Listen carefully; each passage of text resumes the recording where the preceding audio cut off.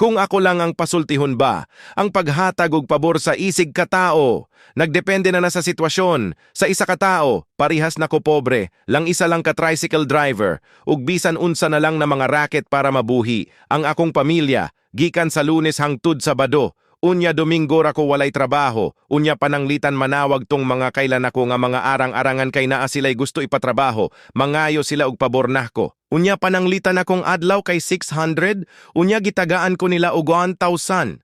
Aw okay kaayo, na kay syempre nihatag man sila og pabor sa akoa, kay pobre pa man ko sa ilaha. Pero naadyoy uban nga dili nato malikayan unya baliktaron na noon nila. Unya sila na noon mangayo og pabor sa atoa. Imbis atong adlaw kay tag 600 himuon na noon nila og 500, kay kailara o amigo ra lagi. Unya pananglitan na masayro ka kada adlaw. Unya tag sa kalibo imong income unya pakyawon ra kanila og 500.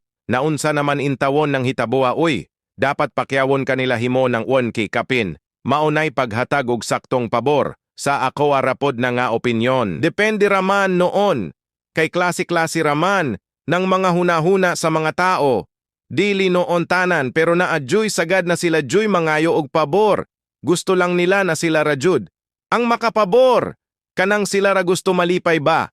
Wala sila kabalo na unsa kadako. Ang kalipay ug makapalipay ka sa imong isig katao.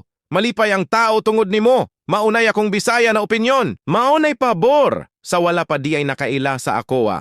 Ako di ay si Rizal de Madrigal nagpuyo sa Purok Manggahan 3 de Mayo, Digos City, bag-or ako na vlogger. Dili ko sikat kay gamay pa kaayo akong followers.